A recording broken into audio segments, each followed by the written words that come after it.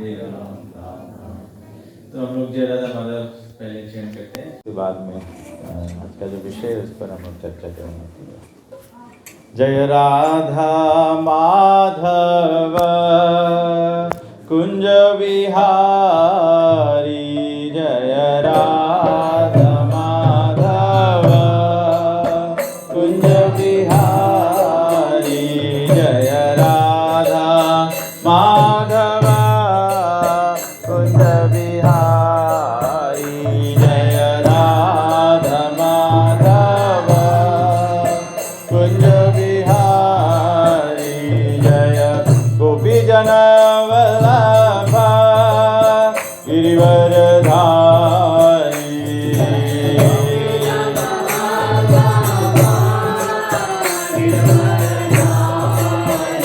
जय गोपी जन वल्लभ गिरिवरधारी,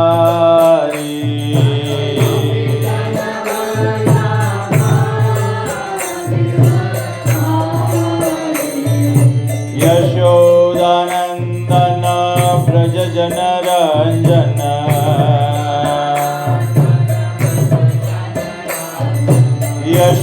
यशोदानंदन व्रज जन रंजन,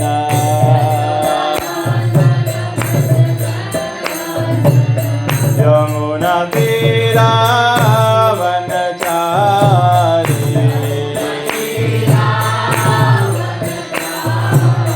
यमुना तीरा वनचारी,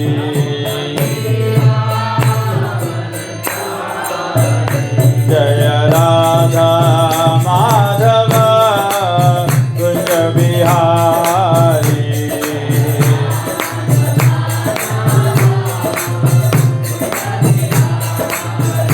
जय राधा माधव कुंज विहारी,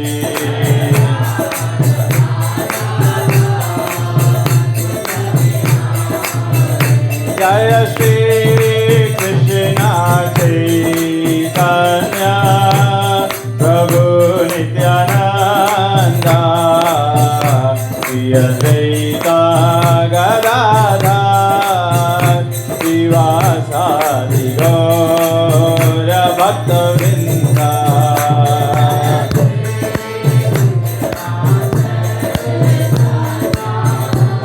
प्रभु नित्यानंद, श्री अद्वैत गदाधर श्रीवासादि गौर भक्तवृंद, हरे कृष्णा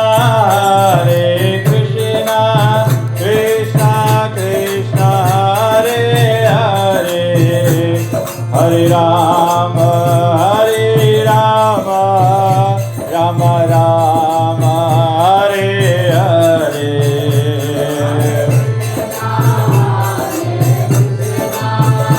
कृष्णा कृष्णा हरे हरे, हरे राम राम राम हरे हरे, हरे कृष्णा कृष्णा कृष्णा हरे हरे, हरे राम राम राम हरे हरे,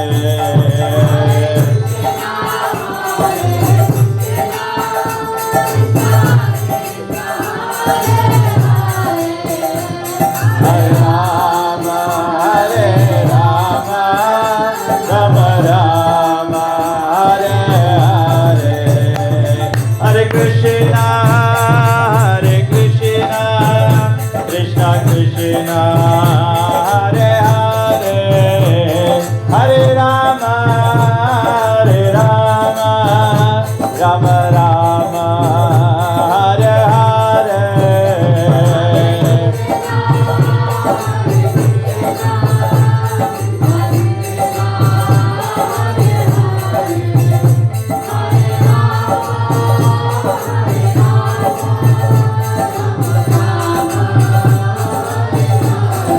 Hare Krishna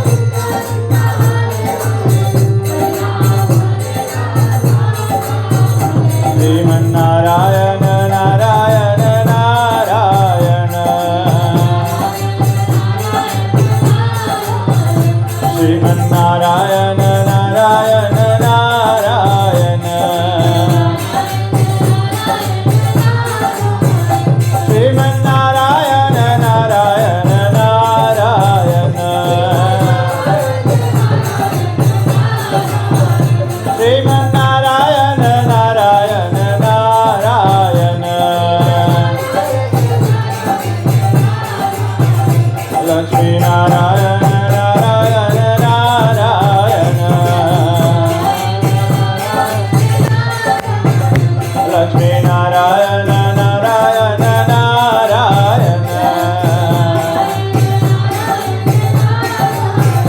लक्ष्मी नारायण नारायण नारायण श्रीमन्नारायण नारायण नारायण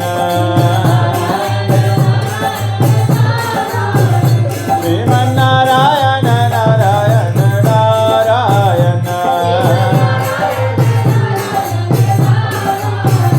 हरे कृष्णा हरे Krishna Krishna Krishna Hare Hare Hare Ram Ram Ram Hare Hare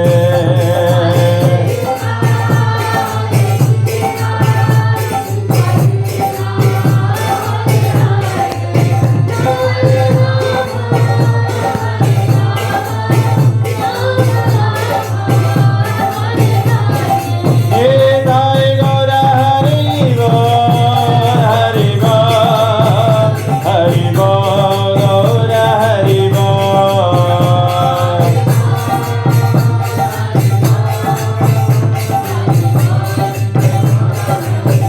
Jaya Jaya Prabhupada Prabhupada Prabhupada Jaya Jaya Prabhupada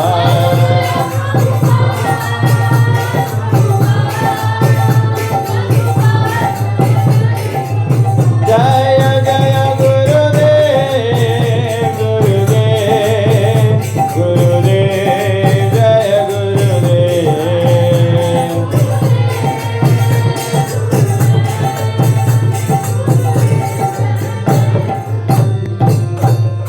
Jai Om Vishnupada Paramahamsa Parivrajakacarya Stotra Shakshi Srimad Divine Grace A.C. Bhaktivedanta Swami Srila Prabhupada Ki Jai Jai Om Vishnupada Paramahamsa Parivrajakacarya Stotra Shakshi Srimad Divine Grace Bhakti Siddhanta Saraswati Thakur Ki Jai ISKCON BBD Founder Acharya Srila Prabhupada Ki Jai ISKCON Guru Vrinda Ki Jai Shri Guru Parampara Ki Jai Gangamai जमुनामय की जय भक्ति देवी तुलसी महारानी की जय नामाचार्य शिला हरदास ठाकुर की जय प्रेम से कहो श्री कृष्ण चैतन्य प्रभु नित्यानंद श्री अद्वैत गदाधर शिवासदि गौर भक्त वृंद की जय श्री श्री गौर निताय भगवान की जय श्री सीताराम लक्ष्मण भक्त हनुमान की जय श्री श्री राधा कृष्ण गोप गोपीनाथ श्याम कुंड राधा कुंड गिरि गोवर्धन की जय श्री श्री राधा कृष्ण भगवान की जय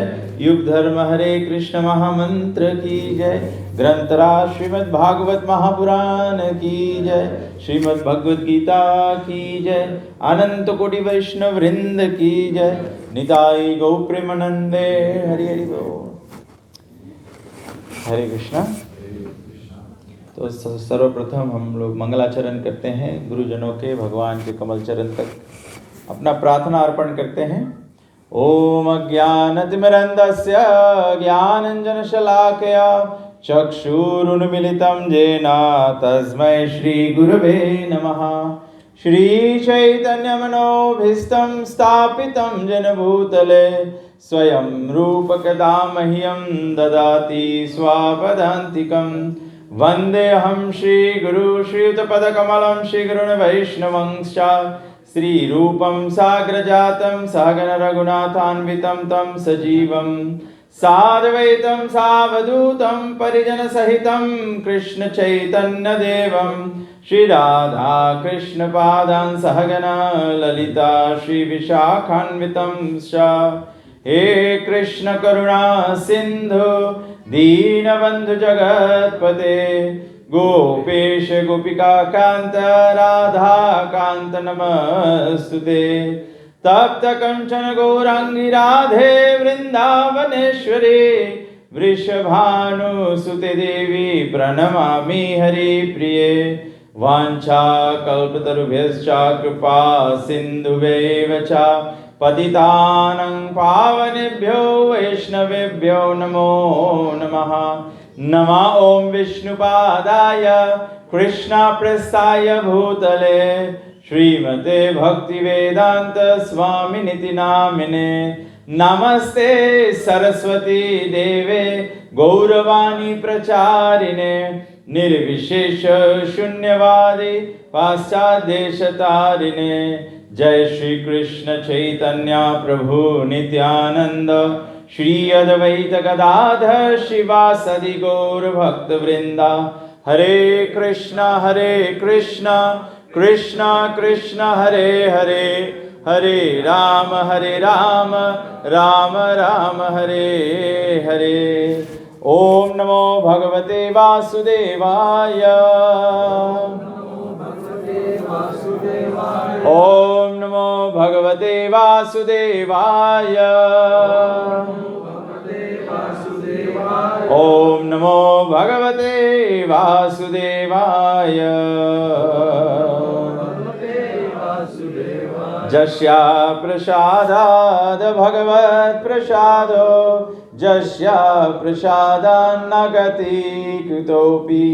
ध्यायन्तु वंस्तस्या यस्य स्त्रीसन्ध्यं। वन्दे गुरो श्रीचरणारविन्दं। वन्दे गुरो श्रीचरणारविन्दं। वन्दे गुरो श्रीचरणारविन्दं। नमः ओं विष्णुपादाय कृष्णप्रेष्ठाय भूतले श्रीमते कृष्ण गोस्वामीति नामिने। हरे कृष्णा। तो सर्वप्रथम आप सभी लोगों का स्वागत करते हैं। आज जो पितृपक्ष के उपलक्ष्य में ये जो बाबा राघवदास जी मंदिर के जो कार्यकर्ता हैं, इन्होंने ये सत्संग रचाया है। और जितने भी लोग यहाँ पर आए हैं, जितने भी लोग डर के मारे नहीं आए हैं, जो लोग सोशल मीडिया के माध्यम से सुन रहे हैं, ये वास्तविकता में बहुत ही सराहनीय बात है। It is something worthy of praise कि जो यहाँ के मंदिर के जो कार्यकर्ता हैं इस बुद्धिमानी के स्तर पर पहुँचे कि पितृपक्ष में वास्तविकता में पूजा आदि बंद नहीं किया जाता है। वास्तविकता में पितृपक्ष में विष्णु आराधना की विशेष आवश्यकता है।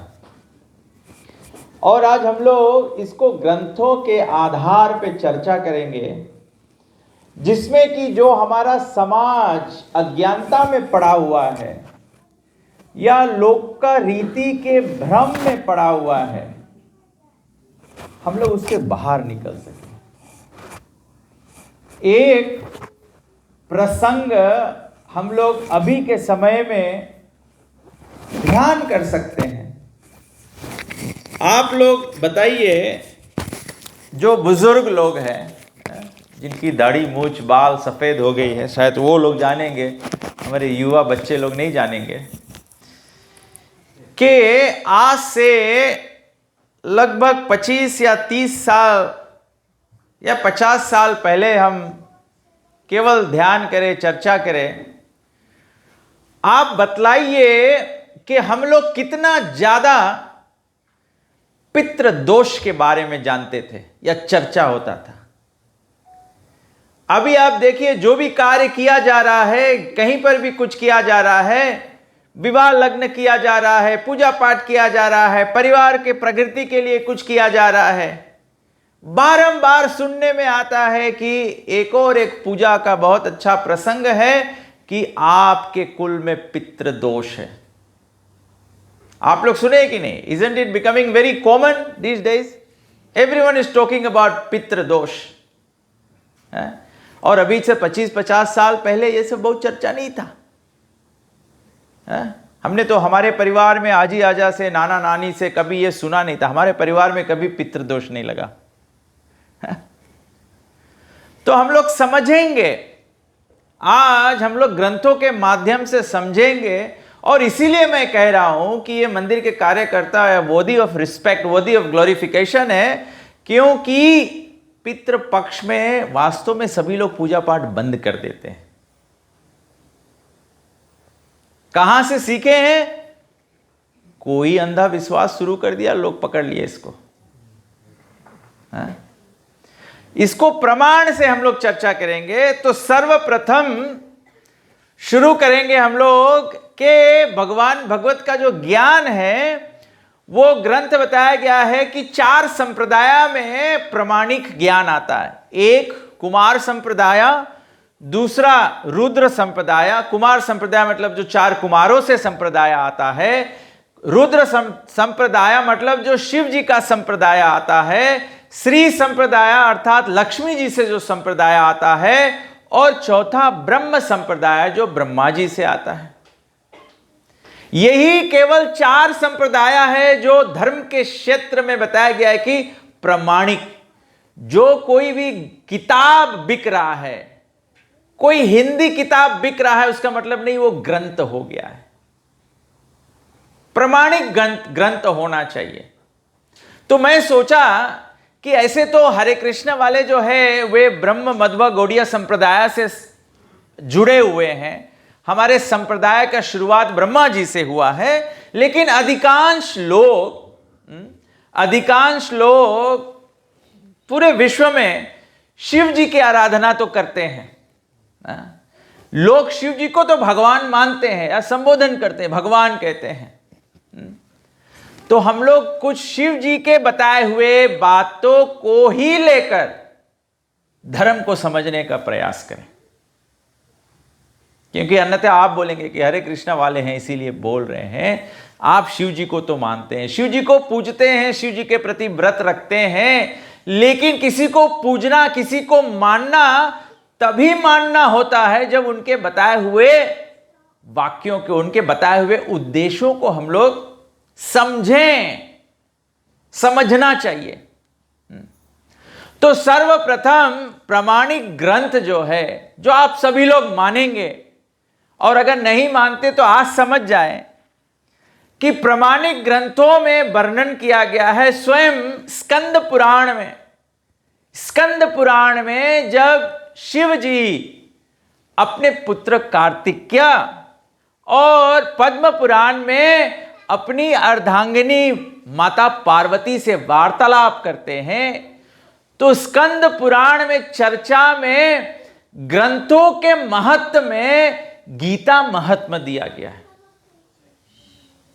तो शिव जी कहते हैं कि गीता का क्या महत्व है। अगर सब ग्रंथों को लिया जाए, 4 वेद, 1 वेद, 4 वेद, 18 पुराण, श्रुति, स्मृति, पुराण आदि, ये सब को अगर सम्मिलित रूप से लिया जाए तो शिव जी कार्तिकेय को कहते हैं एकम शास्त्रम देवकी पुत्र गीतम, एको देवो देवकी पुत्र एवा, एको मंत्रस्तस्य नामानि यानि, कर्म अपि एकम तस्य देवस्य सेवा।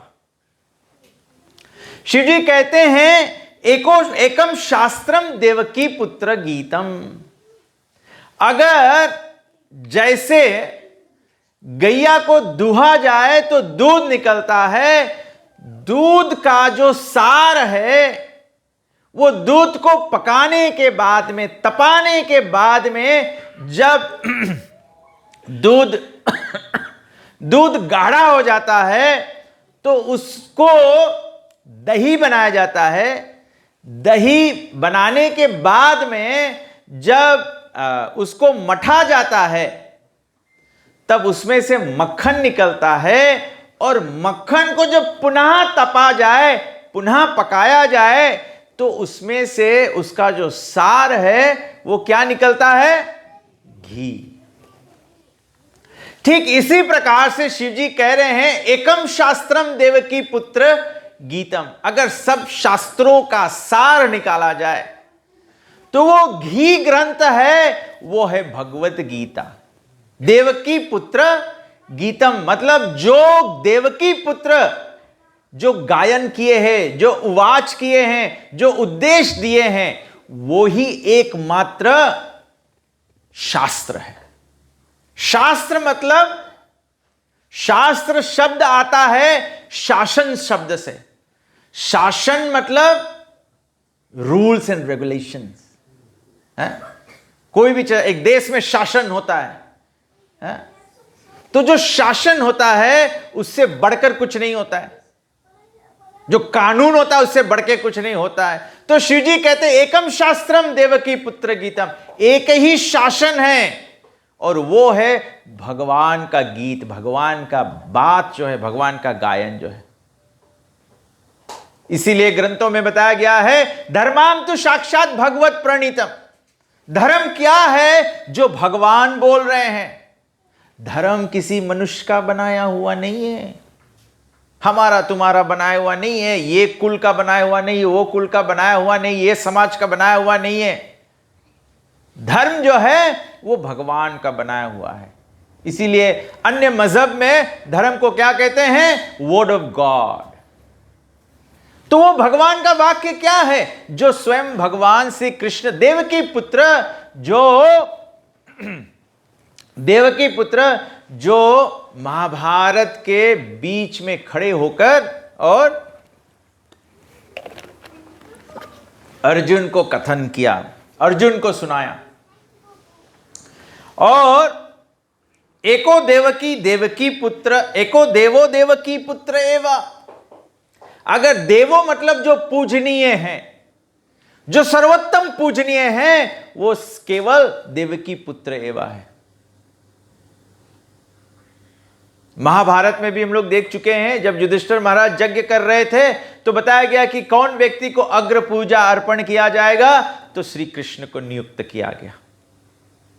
सब समय भगवान श्री कृष्ण, साधारणता भी लोग जानते हैं या संबोधन करते हैं। अगर रामायण पढ़ने वाले लोग होते हैं तो कहते हैं राम 12 कला से है, कृष्ण 16 कला से है।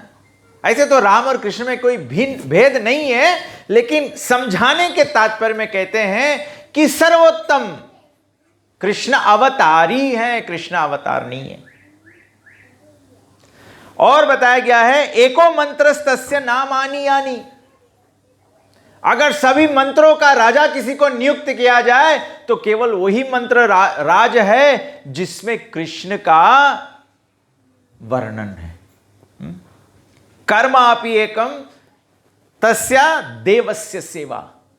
और बताया गया है कि जब बता दिया गया है पहले एको देवा देवकी पुत्र एवा, तो बोला कि जब सेवा भी करना है, कर्म अर्पण करना है, तो वो भी केवल यही देव, देवों में देव, महादेव नहीं है, देवों में एको देवो देवकी पुत्र एवा। अगर हम परंपरा में सही प्रकार से नहीं सुनेंगे तो कोई ये पढ़ेगा और कहेगा कर्मापि एकम तस्या देवस्य सेवा, तो देवी देवताओं की सेवा करना चाहिए। यहां ये बात शिवजी नहीं कहते हैं। शिवजी कहते हैं देवस्य सेवा, केवल भगवान की सेवा कौन है? एको देव देवकी पुत्र एवा। तो शिवजी ये कहते हैं। और भगवत गीता सभी शास्त्रों का सार है। और दूसरी ओर अगर कोई वेदों को महत्व देता है, वेदों को मानना चाहता है, तो वेदों के वर्णन में दिया गया है कि पंचम वेद क्या है? पंचम वेद है श्रीमद् भागवत पुराण। उसमें भी शिव जी का वर्णन दिया गया है। शिव जी क्या कह रहे हैं? इसमें बताया गया है निम्न गानम यथा गंगा, देवानाम अच्युतो यथा, वैष्णवानाम यथा शंभु, पुराणानाम इदम तथा। बताया गया है सभी ग्रंथों में, सभी वेदों में, वेद तो सभी लोग जानते हैं एक है, चार है, पांचवा वेद कहां से आ गया? लेकिन हम लोग सभी लोग जानते हैं वेद व्यास जी सब ग्रंथों को लिखने के बाद में जब असंतुष्ट थे तो उन्होंने भागवत का रचना किया। इसीलिए भागवत के आरती में कहा जाता है भागवत भगवान की आरती। बताया गया है पंचम वेद निराला, पंचम वेद और निराला है। निराला मतलब संसार के बंधन से परे है, संसार के बंधन अलग है। कभी कभी साधारण लोगों को कहा ये तो इनका काम तो एकदम निराला है? मतलब जो सब लोग कर रहे हैं उससे अलग है। भागवत बताया गया है जो सब ग्रंथ है उससे अलग है। क्यों उससे अलग है? क्योंकि वो हमें परम सत्य का ज्ञान, परम सत्यम धीमहि। भागवत के शुरुआत से ही परम सत्य की चर्चा की गई। तो हमारे ग्रंथों में बताया गया है कि दो प्रकार के पंथ होते हैं, दो प्रकार के मार्ग होते हैं। एक मार्ग होता है उसको कहते हैं कर्म कांड, और दूसरा मार्ग होता है उसको कहते हैं उपासना कांड। कर्म कांड मतलब कि जन्म मृत्यु के चक्कर से छूट नहीं मिलता है, लेकिन केवल हम अपने कर्म को करते हैं जिसमें कि कर्म हमारा सही रहे। एक व्यक्ति को अपने जीवन में प्रेरणा चाहिए कि हमारा कर्म सही रहे, तो इसको कर्म कांड कहते हैं। तो अपने जीवन निर्वाह करते हुए अलग अलग कर्म हम लोग करते हैं। क्या कर्म करते हैं? हम पहले जीवन में विवाह करते हैं, तो वो विवाह कर्म को कर्म कांड के माध्यम से विवाह संस्कार करना होता है। विवाह के पश्चात संतान उत्पन्न होता है, यह भी कर्तव्य है, गृहस्थ का कर्तव्य है। तो वो कर्तव्य करते हुए गर्भधान संस्कार किया जाता है, या जीवन में नामकरण संस्कार होता है, मुंडन करने का संस्कार होता है। मतलब जैसे जैसे हमारे जीवन में अलग अलग स्टेजेस आता है। जब स्टेज आता है एजुकेशन का, तो उसको कहते हैं 6 साल का बच्चा होता है तो उसके जीवन में विद्यारंभ संस्कार किया जाता है। मतलब whilst we are going to live in this world, we have to continue to incorporate religious principles in our life. तो ये कर्म कांडम के माध्यम से प्राप्त होता है कि हर एक कर्म को करते हुए इसको इनकॉर्पोरेट करें। उपासना कांड का अर्थ होता है कि एक व्यक्ति अपने जीवन को जीते हुए ये परम समझ उसको आ गया है, या समझ गया है, या ग्रंथों से समझ गया है, सदगुरु के शरण से समझ गया है कि जीवन हमें मिला है पुनः भगवत प्रेम जागृत करने के लिए। हम भगवान के धाम से यहां पर प्रकट हुए हैं। जब हम भगवान को शरणागत नहीं हुए तो हम लोग यहां के मनश्ष्टानि इंद्रियाणि प्राकृते स्थानि कर्षति। और इसीलिए मनुष्य जीवन जब प्राप्त होता है, बड़े भाग मानुष तन पावा, सुर दुर्लभ सब ग्रंथन गावा, कि जब मनुष्य जन्म मिल जाए तो इस जन्म से भगवान के प्रेम जागृत करना है, तो उसको उपासना कांड कहते हैं या उसको भक्ति कांड कहते हैं। तो ये दो पथ दिए गए हैं। अब कर्म कांड का माध्यम से ही व्यक्ति अगर पालन करे तो हमको समझना चाहिए कि पितृ पक्ष क्यों हमारे सनातन धर्म के अंदर में पितृ पक्ष आता है। कोई बताएगा? कोई कोशिश करेगा? किसी को समझ है इसके बारे में? क्यों हम लोग, आप लोग सब कई सालों से अपने हर ईया पितृ पक्ष आता है, हम लोग क्यों इसको मानते हैं या मनाते हैं या क्यों इसका पालन करते हैं?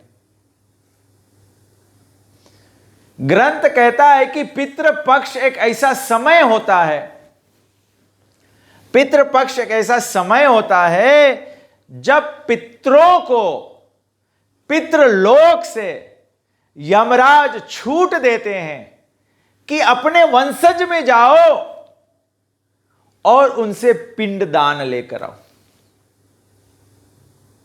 भगवत गीता में भगवान 9वें अध्याय के 25वें श्लोक में इसका वर्णन किए। क्या वर्णन किए हैं? यान्ति देवा व्रता देवान पितृयान्ति पितृव्रता भूतानि यान्ति भूतेज्या यन्ति मद यजनोपि माम। अभी शिव जी ने कहा है, भगवत गीता एकम शास्त्रम है। अब भगवत गीता के अंदर में भगवान बता रहे हैं कि जो लोग देवी देवताओं की आराधना करेंगे वे देवी देवताओं के समक्ष जन्म लेंगे। देवी देवता कहां रहते हैं? हां, स्वर्ग में रहते हैं। तो जो अपने जीवन में देवी देवताओं की पूजा करेगा उसका पहुंच कहां तक होगा? स्वर्ग तक होगा। जो लोग पितृयान्ति पितृव्रतान, जो लोग पितरों की आराधना करेंगे वे पितरों के समक्ष जन्म प्राप्त करेंगे। अभी आपने बताया जो देवी देवताओं की आराधना करता है वो स्वर्ग पहुंचते हैं, जो पितरों की आराधना करेंगे वो पितृलोक तक पहुंचेंगे। पितृलोक कहां है? पितृलोक मृत्युलोक और देवलोक के बीच में ना? मतलब आप समझ जाए, केवल इतना एनालिसिस से समझ जाए कि जो पितरों की आराधना करता है वो देवलोक की ऊंचाई को नहीं पहुंच पाता है। आप मृत्युलोक से तो उठते हैं, मतलब पृथ्वी पर से तो उठते हैं, मृत्युलोक नहीं, पृथ्वी से आप उठते हैं, लेकिन पहुंच स्वर्ग तक नहीं होता है, बीच में पितृलोक तक होता है। भूतानि यान्ति भूतेज्या, जो लोग भूत प्रेत की पूजा करते हैं वे भूत प्रेत के अवस्था को प्राप्त करते हैं। यान्ति मद यजनोपि माम, जो लोग भगवान कहते हैं मेरी आराधना करते, अर्थात विष्णु आराधना करते हैं या राम आराधना करते हैं या कृष्ण आराधना करते हैं, तो भगवान कहते हैं वे मेरे साथ परम धाम की में वास करेंगे। भगवान के परम धाम प्राप्त करना मतलब भगवान की हमारा परम गति होता है, और परम गति का मतलब होता है मोक्ष। तो इस श्लोक से आप समझ जाएंगे कि पृथ्वी पर हम रह रहे हैं, जो भूत प्रेत आदि को पूजेगा वो उनके समक्ष जन्म लेगा, जो पितरों को पूजेगा वो पितृलोक प्राप्त करेगा, जो देवी देवताओं को पूजेगा वो देवलोक की प्राप्ति करेगा, जो नारायण की आराधना करेगा वो परम गति को प्राप्त करेगा। तो अगर वैज्ञानिक रूप से आप समझना चाहे, बुद्धिमानी से आप समझना चाहे, तो जब किसी के निधन पर हम मोक्ष की याचना करते हैं या सदगति की याचना करते हैं या परम गति की याचना करते हैं, तो याचना है मतलब आपके प्रार्थना है वैकुंठ प्राप्ति का। वैकुंठ जो प्राप्त करता है, भगवान कहता है कि जो एक बार वैकुंठ प्राप्त करता है वो पुनः मृत्युलोक में नहीं आता है। मतलब मृत्युलोक मतलब ना ही पृथ्वी पर, ना ही पितृलोक में, ना ही देवलोक में, ना ही ब्रह्मलोक में। आ ब्रह्म भुवनाल लोका पुनरविर्तिनो अर्जुना। भगवान कहते हैं पाताल लोक से लेकर ब्रह्मलोक, सत्यलोक जो सबसे ऊंचा है, एक बार व्यक्ति मोक्ष प्राप्त कर ले तो वो मृत्यु लोक में नहीं आता है। तो भगवान जब पितृलोक की वर्णन करते हैं तो यह प्रश्न पूछना चाहिए कि पितृलोक जाता कौन है? पितृलोक जाता कौन है? तो गरुड़ पुराण में इसका वर्णन है कि जब एक पापी व्यक्ति प्राण त्यागता है,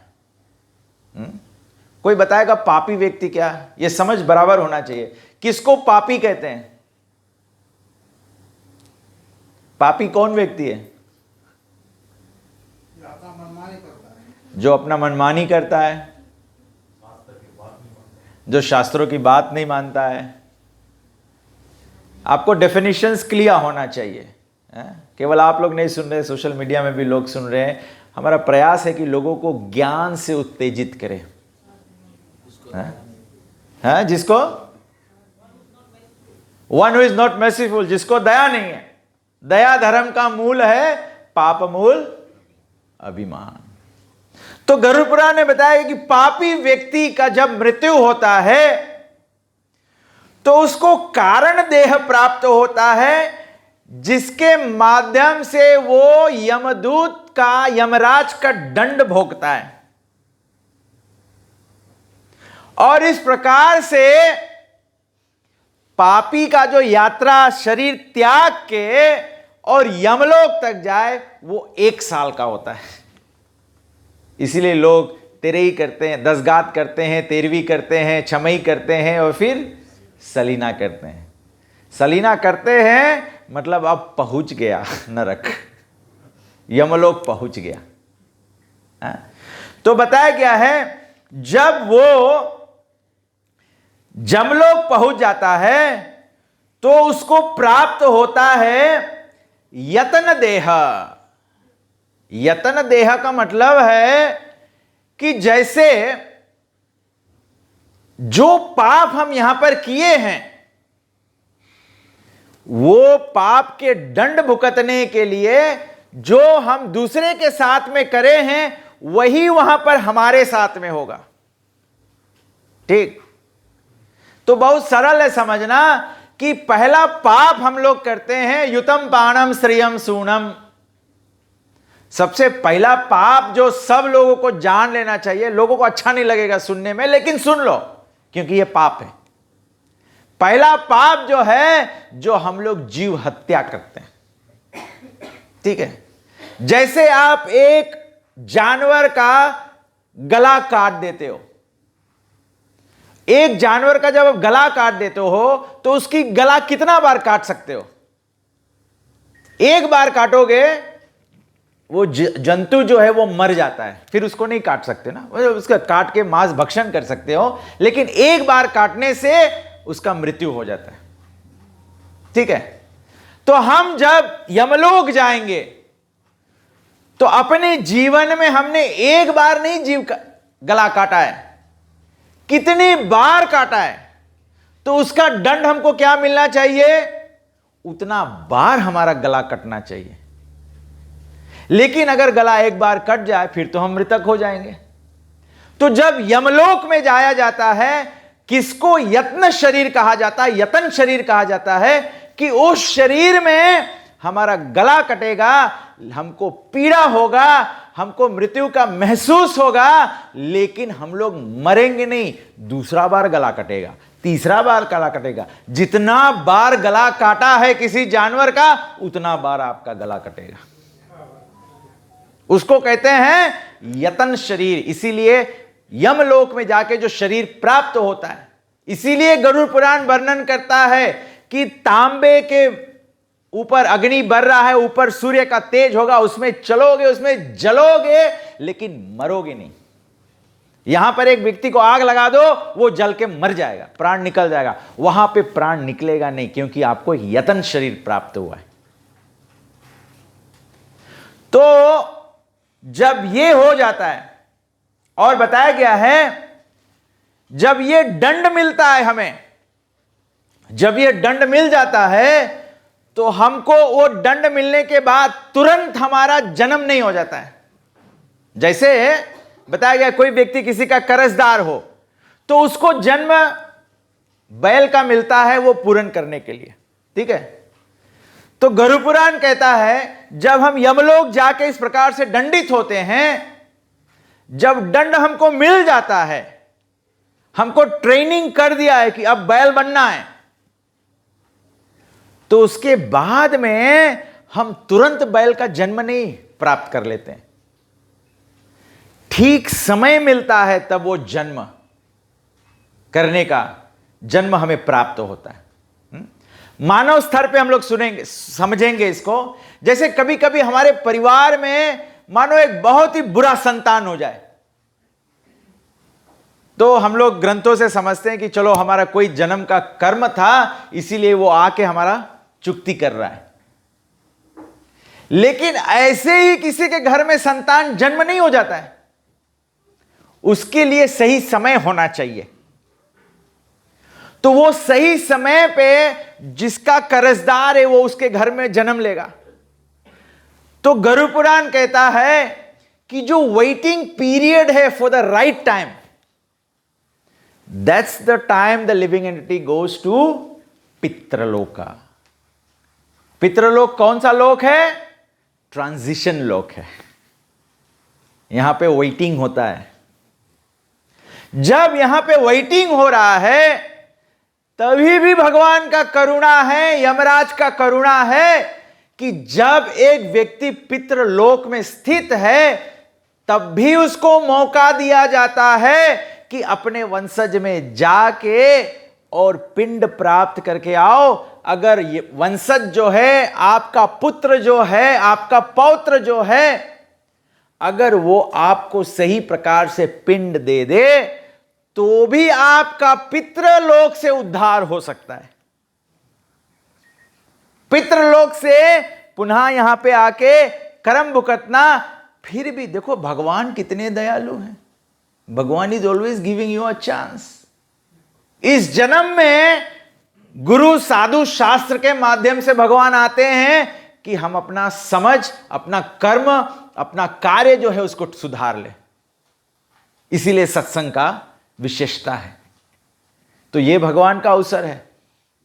फिर दूसरा अवसर भगवान दिए हैं, चलो पाप करते करते मर गए, यमलोक गए, यमलोक में तैयारी कर दिया क्या कर्म भोगना है, फिर भी वेटिंग प्लेस पे जाते हैं, पितृलोक में जाते हैं, तो भी भगवान अवसर देते हैं कि चलो शायद तुम्हारे वंशज लोग जाके तुम्हें पिंड दे दे, और जब सही पिंड मिल जाए तो तुम्हारा वहां से भी उद्धार हो जा सकता है।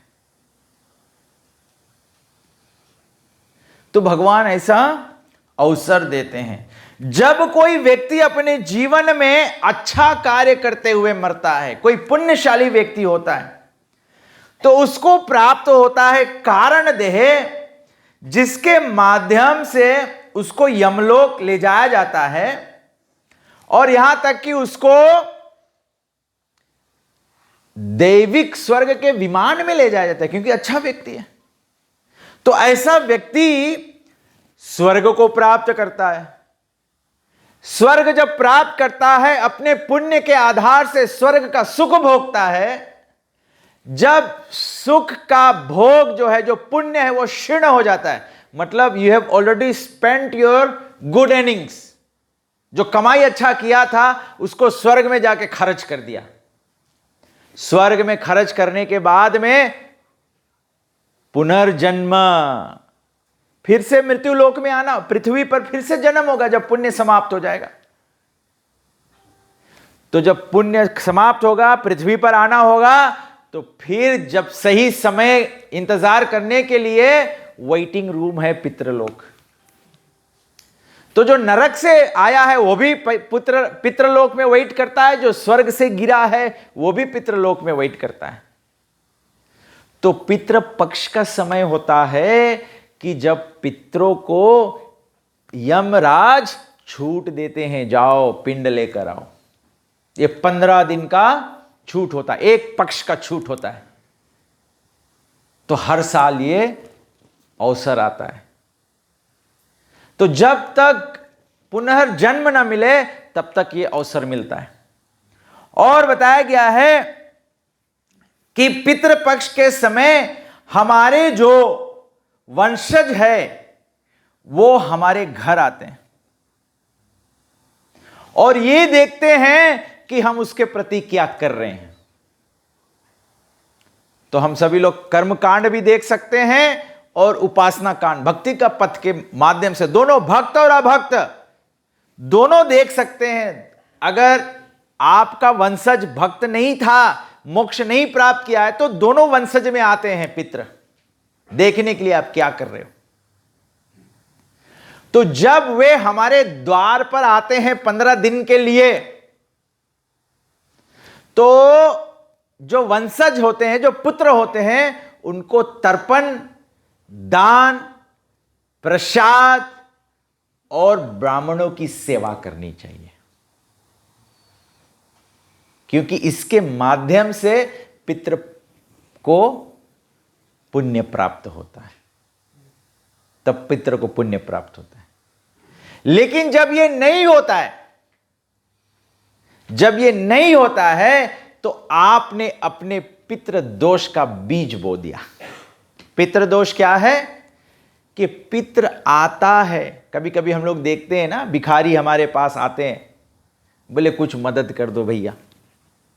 तो कभी कभी हम लोग क्या कहते हैं, जाओ जाओ, तुम लोग के काम धंधा नहीं है, तुम लोग मांग मांग के काम चलाता है, तुम लोग चल दो यहां से।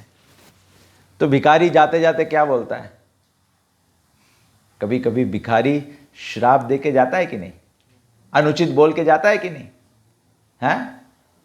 इसी प्रकार से जब पितृ आते हैं पिंड लेने के लिए और हमने पिंड दिया ही नहीं, तो वो श्राप दे के जानते कि मैं सोचा था कि तुम हमारे जैसे, एक पिता होता है, बच्चा नालायक हो जाए तो पिता कहता है तुम नहीं जन्म लेते तो ठीक होता।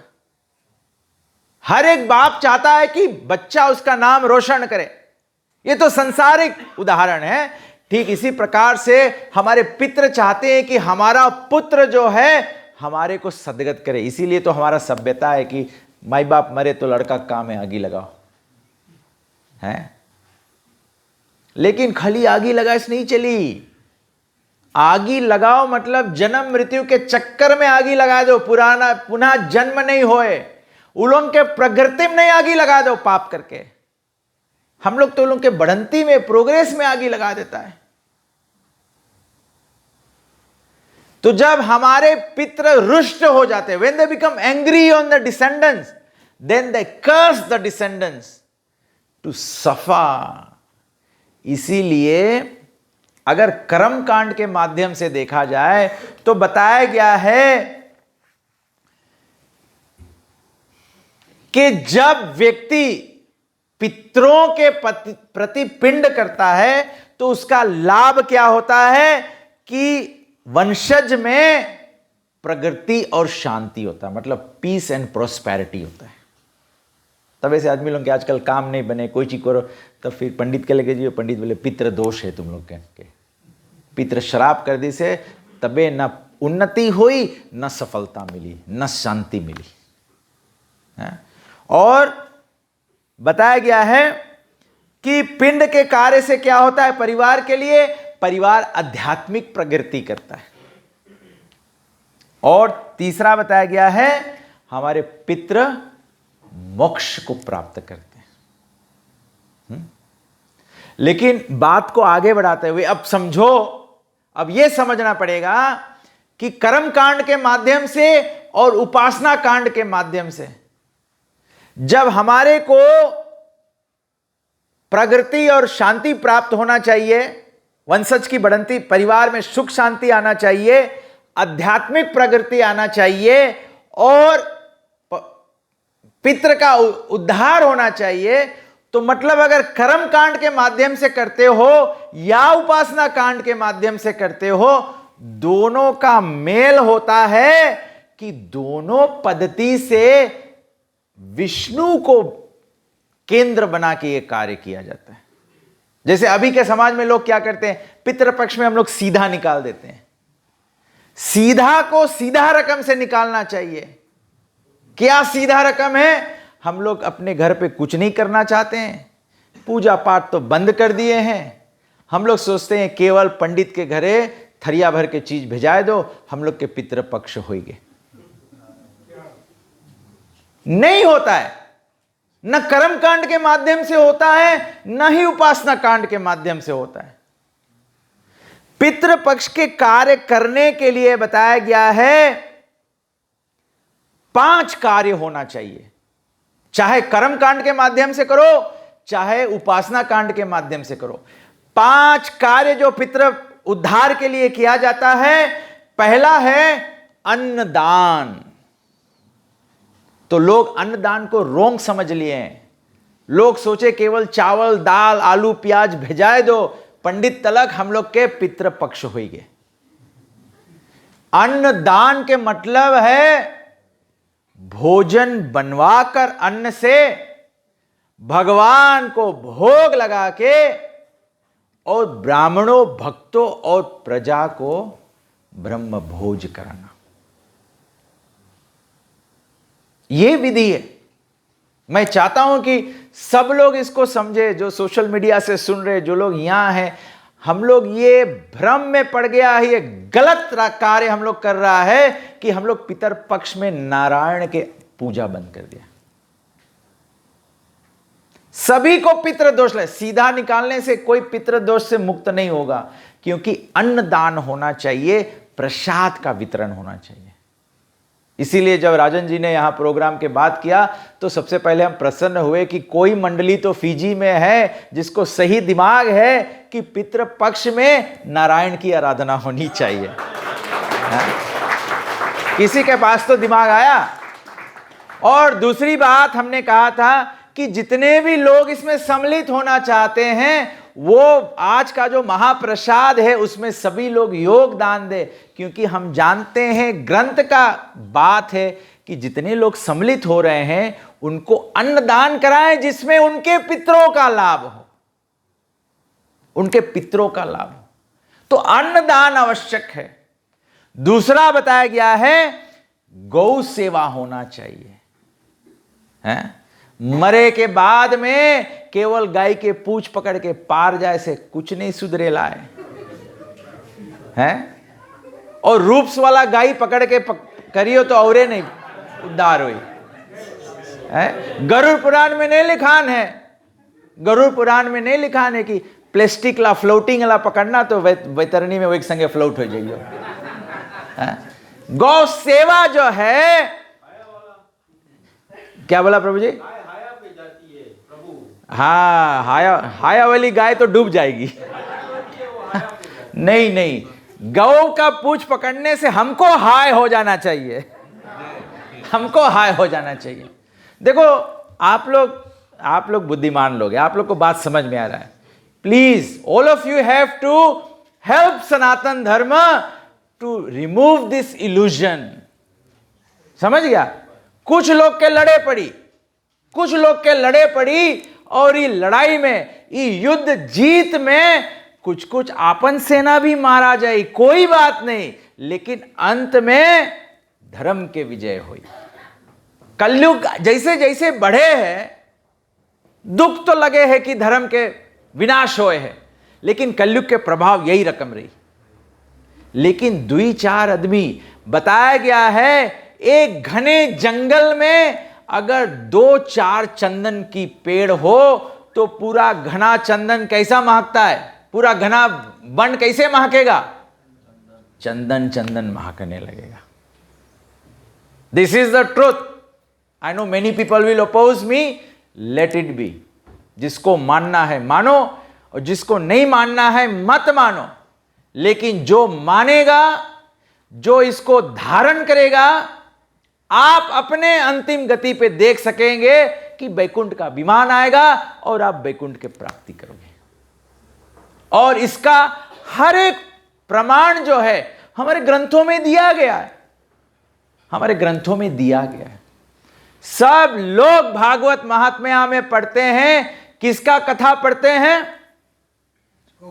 गोकर्ण और धुंधकारी। कभी कभी हमारे यहां पंडित भी होते हैं, उनका नाम होता है पंडित गोकर्ण, है?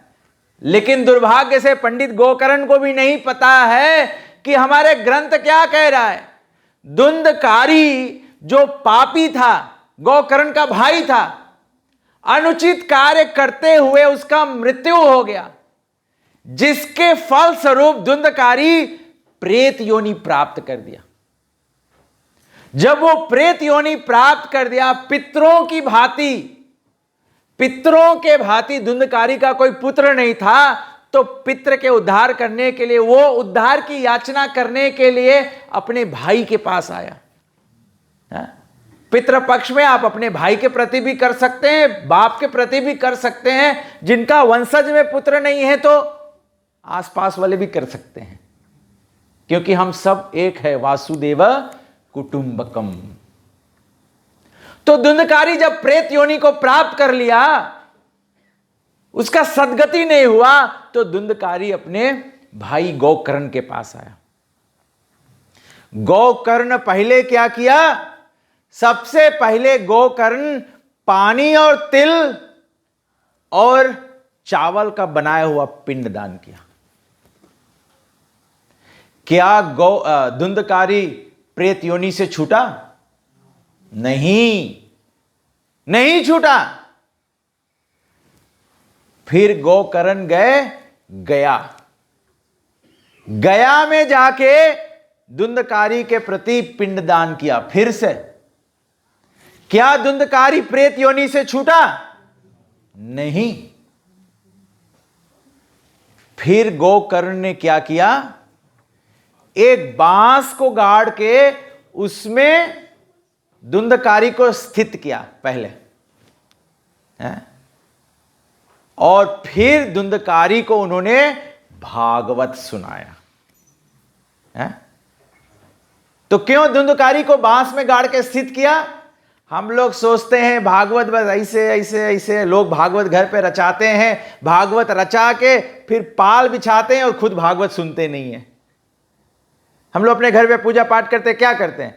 इतना बड़ा ठान लेते हैं, इधर उधर भागते हैं, पूरा पूजा शुरू से अंत हो जाता है, घर के आदमी सुना ही नहीं। पहले बैठो एक जगह, ध्यान पूर्वक सुनना होगा। जब ध्यान पूर्वक सुनोगे, नष्ट प्रायशु भद्रेशु नित्यम भागवत सेवा, बताया गया है नष्ट प्रायशु अभद्रेशु, सब नष्ट हो जाएगा। तो धुंधकारी को एक जगह बिठा के फिर भागवत सुनाया। भागवत क्या है?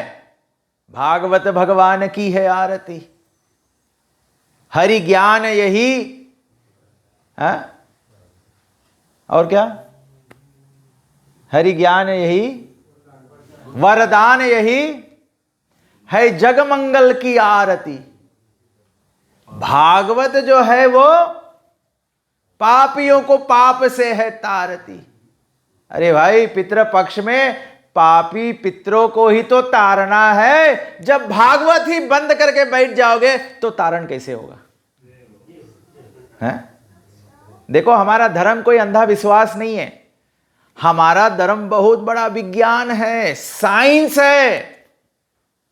जो वैज्ञानिक लोग होते हैं, रिसर्च करते हैं, टेस्ट करते हैं, रिजल्ट्स वेरीफाई करते हैं, तभी उसका घोषणा किया जाता है कि ये वेरीफाइड नॉलेज है, this is the scientific discovery है।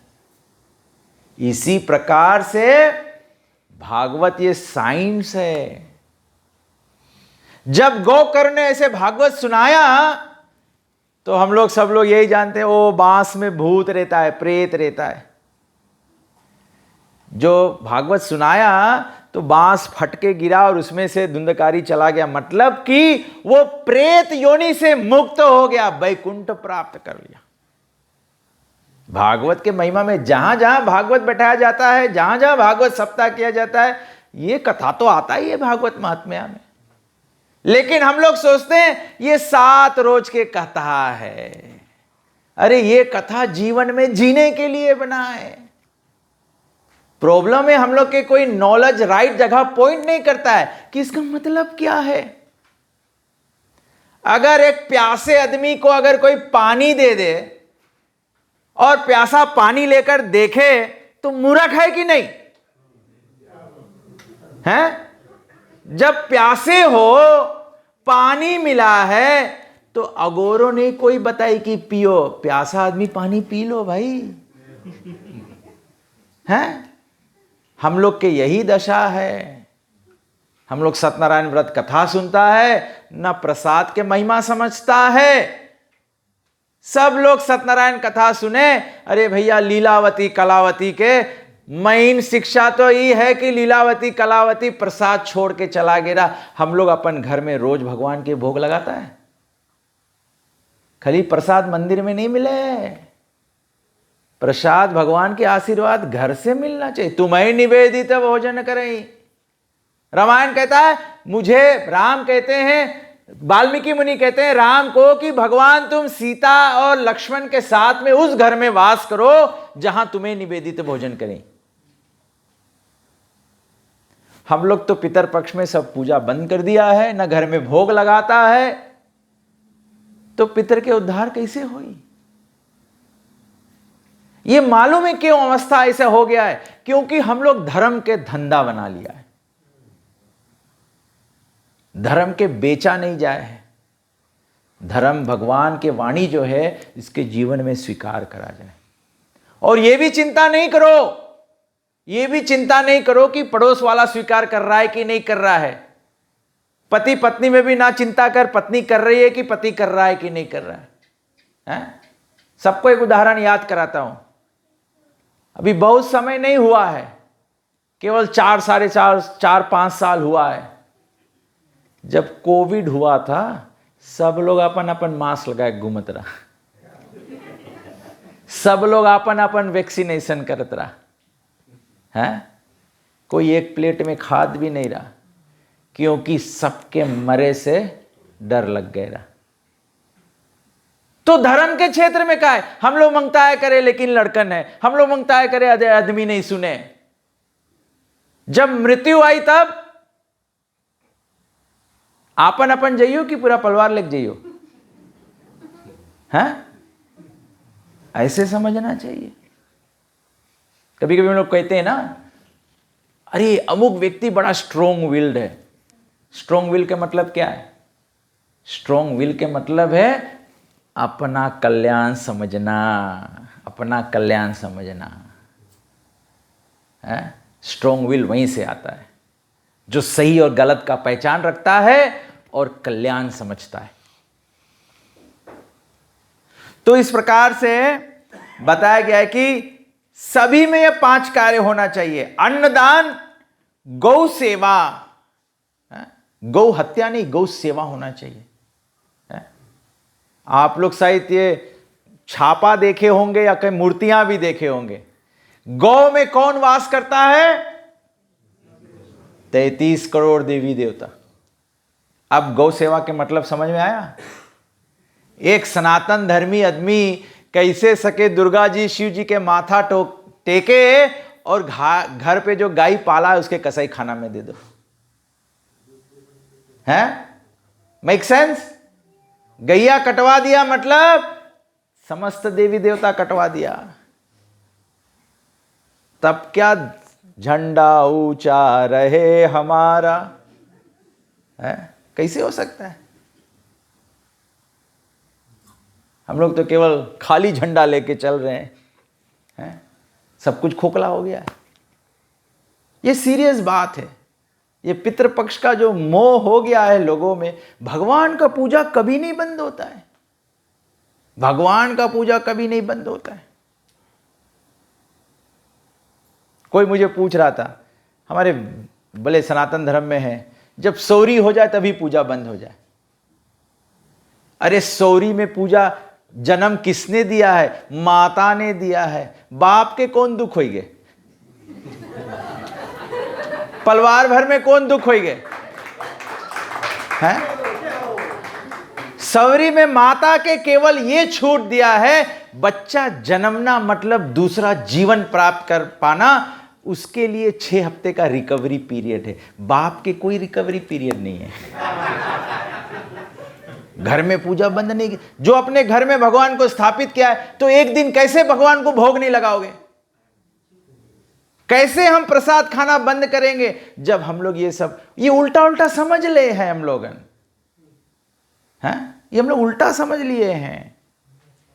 इसीलिए एक्सपर्ट के लगे जाओ।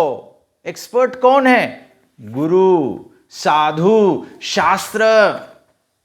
शास्त्र जो हम लोग के वेद माता है। क्यों वेद को माता बताया गया है? बोले अगर कोई व्यक्ति जानना चाहे मेरा पिता कौन है, कौन बताएगा? पड़ोस बताएगा? आजा बताएगा? आजी बताएगा? माता बता सकती है तुम्हारे पिता कौन है। इसीलिए वेद माता है। वेद माता है। वेद से बात करना है हमको, उसका गाइडेंस हमको स्वीकार करना है। तो बताया गौ सेवा। दूसरा बताया गया है मंदिर की सेवा। पद्धति बताता है कि पितृपक्ष में पुण्य उत्पन्न करने के मंदिर का सेवा। मंदिर बंद नहीं होना चाहिए, मंदिर में सेवा होना चाहिए। और विशेष करके जो लोग अपने पितृ के लिए कुछ करना चाहते हैं, तो बताया गया इस समय साधारण जीवन स्वीकार करना है। साधारण जीवन मतलब अपने जीवन से तमोगुण रजोगुण के कार्य निकालकर सात्विक कार्य करना है। और स्पेसिफिकली गरुड़ पुराण में लिखा है कि पितृपक्ष के समय जब भगवान को भोग लगाते हैं या पितृ का पूजा करते हैं, तो तमोगुण का भोजन विशेष करके मांस, लहसुन और प्याज जो है, इसको नहीं उपयोग करना है, खुद भी नहीं खाना है। अगर कर्मकांड के विधि पालन करते हो, रोज रोज भक्त नहीं बनना चाहते हो, तो 2 हफ्ता फिर भी सात्विक जीवन जीना पड़ेगा। सरल खाना खाओ, सरल जीवन जियो, फ्लो पर सुतो, सरल पहनो। ये अगर पितरों का उद्धार चाहते हो तब। लेकिन हम लोग के कोई नहीं बताए, कोई ये सुनना नहीं चाहे ना। अभी मैं भी यही सोचूं कि अरे यहाँ तो लोग बड़े श्रृंगार करके आए हैं, तो कहाँ बोली लोग हमें लाइक नहीं करी, तो वो बात हम नहीं बोलेगा। तो जब वो बात हम नहीं बोलेगा तो आज नहीं बोलेगा, बयान नहीं बोलेगा, ऐसे ऐसे नहीं बोलते फिर क्या हुई, बात रही नहीं जी। वही होए हम लोग के समाज के। तो somebody has to spread the knowledge। बच्चे को हम लोग पाठशाला भेजते हैं, अगर टीचर बच्चे को सुधारे नहीं, 1 + 1 = 2, बच्चा बोलते रहे 1 + 1 = 3, तो टीचर नहीं कुछ बोले तो बच्चा का फाउंडेशन ही रॉन्ग हो जाएगा, वो मैथ्स कभी जीवन में राइट नहीं कर पाएगा। लेकिन पहले अगले कक्षों में 1-2 में वो टीचर उसको सुधार देती है, तब वो बच्चा आगे जाता है। हम लोग के धर्म के भी यही है। हम लोग सब, कोई लोग आदमी बोले अरे कहा बोलियो कोई सुनी नहीं, तो आदमी रोंग रास्ता बढ़ते जाए है। और बढ़ते बढ़ते आज समाज इतना बढ़ गया है कि सही बात जब बोलो तो आदमी बोले कि ओ रोंग बात है, लोग अपसेट हो जाए, हम नहीं लाइक करा उसके बात है, मुंह फुला लो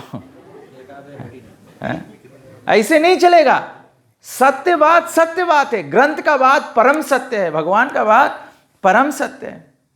और बताया गया है भगवत नाम करना। अगर कोई रोज नहीं जप करे तो पितर पक्ष में नाम जप करना चाहिए। बताया गया है कलयुग में सा मूल मंत्रम जपति हरिरिति कृष्ण इति राम इति, हरे कृष्ण कृष्ण कृष्ण हरे हरे, हरे राम राम राम हरे हरे। कुछ नहीं तो पितर के उद्धार करे वास्ते तो 2 हफ्ता जप लो भाई। और बता इससे क्या लाभ मिलेगा। और 5वां कार्य क्या करना चाहिए, भागवत श्रवण। जैसे हमने बताया कि बिना भागवत श्रवण से धुंधकारी का उद्धार नहीं हुआ, तो पितृपक्ष में सब जगह भागवत सप्ताह होना चाहिए। लेकिन मुझे पता है कि I am the loan fighter in this, सब बगल बंद हो गया है, मैं ये नवा मूवमेंट शुरू कर रहा हूं कि भागवत करना चाहिए। लेकिन ये सही बात लोग छुपा चुके हैं। धुंधकारी का उदाहरण है। भागवत सुनने से क्या होगा, वास्तविकता में व्यक्ति भक्त बन जाएगा। जो बताया गया है गरुड़ पुराण में बताया गया है, अगर अपने पितरों को पितृलोक से छुड़ाना है तो वंशज के जो लोग होते हैं उनको भगवान के प्रति पिंड दान करना पड़ता है। तो पितृपक्ष में हम लोग देखते हैं लोग क्या करते हैं, कोई कोई सभ्यता पालन करते हैं कि 15 दिन तक लोग क्या करते हैं, कुछ घास गाड़ के और उस पे तिल और पानी अर्पण करते हैं। तो बताया गया है, ये गरुड़ पुराण में बताया है और इसके अलावा ये बराह पुराण में बताया गया है। बराह पुराण में बताया गया है कि जब भगवान बराह रूप में आए और पृथ्वी को जाके सागर से ऊपर लेके आए, तो जब भगवान पृथ्वी को अपने ग्रह में रखा तो भगवान बराह के जो वाइल्ड पिग का जैसे ये नहीं होता है दांत होते हैं, तो वो उसमें जब पृथ्वी में लगा तो उसका थोड़ा माटी भगवान के ये दांतों में लग गया। तो भगवान जब माटी को ऐसे दांत से हटाने का प्रयास किया तो जो माटी गिरा वो उस दिशा में गिरा जिस दिशा में पितृलोक थे। और उधर पितृलोक के लोग जो थे, पितृ जो थे, वे प्रार्थना कर रहे थे कि हमारे उद्धार के लिए हमारे वंशज हमको पिंड देवे। तो वो जो माटी उधर गिरा वो तिल के पौधा उसमें से उग गया। और जो भगवान जब ऐसे युद्ध करके ऊपर आए तो भगवान के शरीर से जो रोमा गिरा वो कुश के रूप में प्रकट हो गया। तो भगवान के संबंध से निकला, भगवान के शरीर से निकला, तो वो भगवान का प्रसाद था। भगवान का जूठा जो है, भगवान का उच्छिष्ट जो है, हम लोग भगवान को भोग लगाते हैं। जब भगवान को हम लोग अर्पण करते हैं तो भोग होता है, जब वहां से उठाते हैं तो वो क्या हो जाता है, प्रसाद हो जाता है। तो इस प्रकार से पितरों ने वो कुश और वो तिल और जो भगवान के शरीर में जो हिरण्याक्ष से युद्ध करने से जो पसीना उत्पन्न हुआ वो जल के रूप में उनको प्राप्त हुआ। तो तिल, जल और कुश उनको इस प्रकार से प्राप्त। इसीलिए जब पिंडदान करते हैं तो कुश घास गाड़ के और उसमें तिल और पानी अर्पण करते हैं। हाँ? तो ये प्रसाद होता है, ये टेप का भरा हुआ पानी नहीं होता है, ये प्रसाद होता है। तो बताया गया है कि जब पितरों को इस प्रकार से जब पानी देने की बात आती है तो वास्तविकता में वो चरणामृत होना चाहिए भगवान का। जब आप पितर पक्ष में घरे पूजा बंद कर दोगे तो भगवान का अभिषेक कैसे करोगे कि चरणामृत मिलेगा? जो पंचामृत है, जो दूध दही घी मध है, उससे भगवान को चरण पखारा जाता है, तब वो हो जाता है चरणामृत। बताया गया है कि इसकी महिमा में पद्म पुराण में एक कथा है। पद्म पुराण फिर शिव जी और माता पार्वती का संवाद है। सुखदेव गोस्वामी कहते हैं, सूत गोस्वामी, सौनक ऋषि सूत गोस्वामी से पूछते हैं, ये चरणामृत की महिमा, जो पितरों को पानी देने की बात है, जो चरणामृत देना चाहिए, केवल ऐसा पानी नहीं देना चाहिए। तो बताया कि एक बार त्रेता युग में एक पापी ब्राह्मण था। उस ब्राह्मण था लेकिन पाप कार्य किया। वो ब्राह्मण का नाम था सुदर्शना। उसको क्या, ब्राह्मण को क्या पाप लगता है? ब्राह्मण को जीव हत्या का तो पाप लगेगा नहीं। ब्राह्मण तो जीव हत्या करता नहीं है, तो इसको पाप क्या लगा?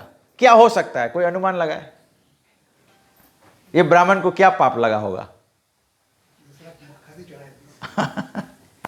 यहां पे बताया है कि ये ब्राह्मण को ये पाप लगता है कि वो एकादशी के दिन अन्न खाता है।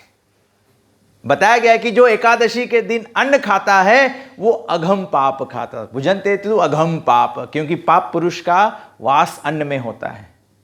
बताया गया जो एकादशी के दिन अन्न खाता है उसको गौ हत्या का पाप लगता है, उसको ब्राह्मण हत्या का पाप लगता है, उसको मातृ हत्या का, अपने माता को मारने का पाप लगता है। तो ये ब्राह्मण एकादशी का अन्न खाता था। वो केवल यही सोचता था कि अपने पेट को किस तरह से भरे, और ऐसे करते हुए एक दिन मर गया। जब वो ये पाप का कारण मरा तो यमदूत आए, उनको यमलोक लेकर गए। यमलोक लेकर गए तो यमराज ने कहा अपने सेक्रेटरी, कौन उनके सेक्रेटरी हैं? चित्रगुप्त। चित्रगुप्त से कहा कि चेक करो रिकॉर्ड इसके। चित्रगुप्त बोले कोई अच्छा काम नहीं किया है, ब्राह्मण होते हुए भी अच्छा काम नहीं किया है। कभी कभी लोग ऐसे होते ना, बोले पंडित के घर में जन्म लिया तो पंडित है। पंडितई ना करा है न पंडितई समझा है। ब्राह्मण किसको कहते हैं? यजन याजन पठन पाठन दान प्रतिग्रह। ब्राह्मण किसको कहते हैं? What's the verse in the Bhagavatam? ब्राह्मण के गुण क्या बताए? समा दमा तपा शौचम, पवित्र जीवन जीना, तपस्या करना, ज्ञान का अर्जन करना, ग्रंथों को पढ़ना, यजन करना, खुद करना और दूसरे को सिखाना, ये ब्राह्मण का काम है। तो बोला ये नहीं किया है ये सब। तो चित्रगुप्त बोला ये सब भी नहीं किया है? तो बोला कि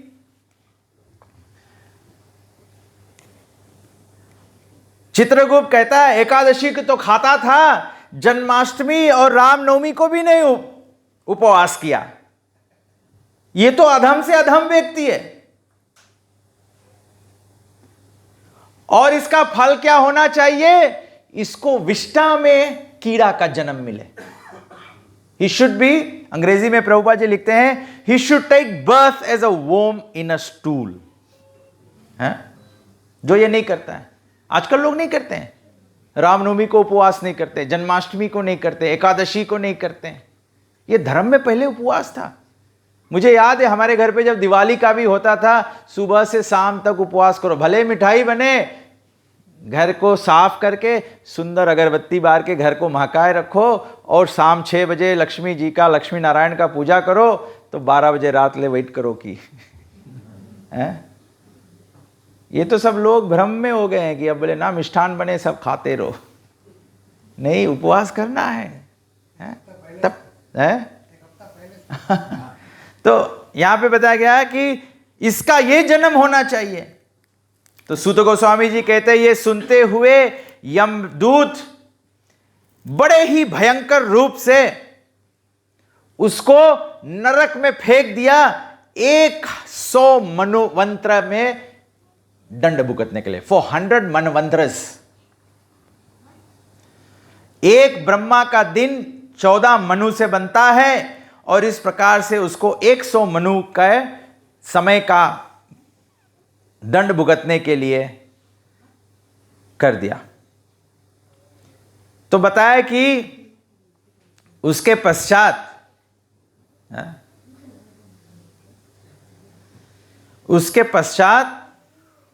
वो दूसरा जन्म पाया कौवे का। जब वो कौवे का जन्म पाया तो एक दिन एक शिकारी के जाल में फंस गया। जब वो उड़ता जा रहा था तो उड़ते उड़ते उसको प्यास लगा और बोला कि वो एक जगह पे गया, एक व्यक्ति के घर पे गया। उसके घर के बाहर एक बर्तन में पानी रखा हुआ था, वो उसको पी गया। पी के जब वहां से उड़ा तो शिकारी के जाल में फंस गया और वो मारा गया। जब वो मारा गया तब वो बैकुंठ के प्राप्ति कर लिया। जब वो बैकुंठ के प्राप्ति किया तो उसको पूछा, एक ब्राह्मण पूछता है भगवान श्री हरि से कि ये पक्षी कैसे बैकुंठ प्राप्त कर लिया? यहां तो हम ब्राह्मण आपका ध्यान कर रहे हैं, हमारा सद्गति अभी पता नहीं है, ये पक्षी कैसे प्राप्त कर लिया? तो बोला ये पक्षी इसलिए भगवत धाम प्राप्त कर लिया क्योंकि जो ब्राह्मण के घर के बाहर में लोटा में पानी रखा हुआ था वो वास्तव में केवल पानी नहीं था, वो विष्णु को चरण पखार के चरणामृत था। इसीलिए जब भी पूजा पाठ किया जाता है चरणामृत मतलब पहले केवल पंच अमृत घोर के भगवान के सामने रख नहीं दो। मुझे याद है जब पंडित जी हमारे घर पे आते थे सत्यनारायण कथा करने के लिए तो इतना बड़ा ब्रास का लक्ष्मी नारायण लेकर आते थे। हम लोग पंचामृत बना के रखते थे तो हरदत्त पंडित क्या करते थे, वो उसको उठा के वो पंचामृत से उसको नहलाते थे, फिर उसको स्थापित करते थे, फिर माला पहराते थे, फिर टीका लगाते थे, फिर वस्त्र कराते थे। This is the whole process of deity worship. तो ऐसे कराते तो वो चरणामृत था। तो बताया गया कि चरणामृत का महिमा यह है। क्यों चरणामृत का महिमा है? क्योंकि चरणामृत जो है वो भगवान के कमल चरण का धोवन है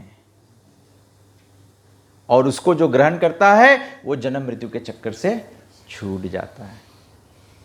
और चरणामृत की महिमा हम लोग सभी लोग जानते हैं। भगीरथ की कथा में, रघुकुल की कथा में, जब रघुकुल के वंश में वो महाराज अंशुमन और कौन कौन थे वो सब मारे गए थे तो उनके उद्धार के लिए, फिर पितर उद्धार ले बात आया, उनके उद्धार के लिए कितने राजा प्रयास किए गंगा जी को लाए। बताया जबले गंगा कौन है? गंगा भगवान के चरणामृत है। जब भगवान वामन 3 पग में बलि महाराज से सब कुछ ले लिए थे तो पहला पग जब ब्रह्मलोक तक पहुंचा तो ब्रह्मा जी ने भगवान का चरण पखारा और बताया भगवान का पहला कदम इतना ऊपर गया कि ये संसार को पार करके वो अंगूठा छेद बना दिया बैकुंठ के और मृत्यु लोक के इसमें। तो बैकुंठ से जो पानी गिरा वो भगवान विष्णु के, क्योंकि भगवान विष्णु तो जल में ही तो लेटे हैं, भगवान का चरण रज है, जल है सब। तो जो तिल और पानी दिया जाता है वो चरणामृत होना चाहिए। तो people are doing it but they are not doing the right thing.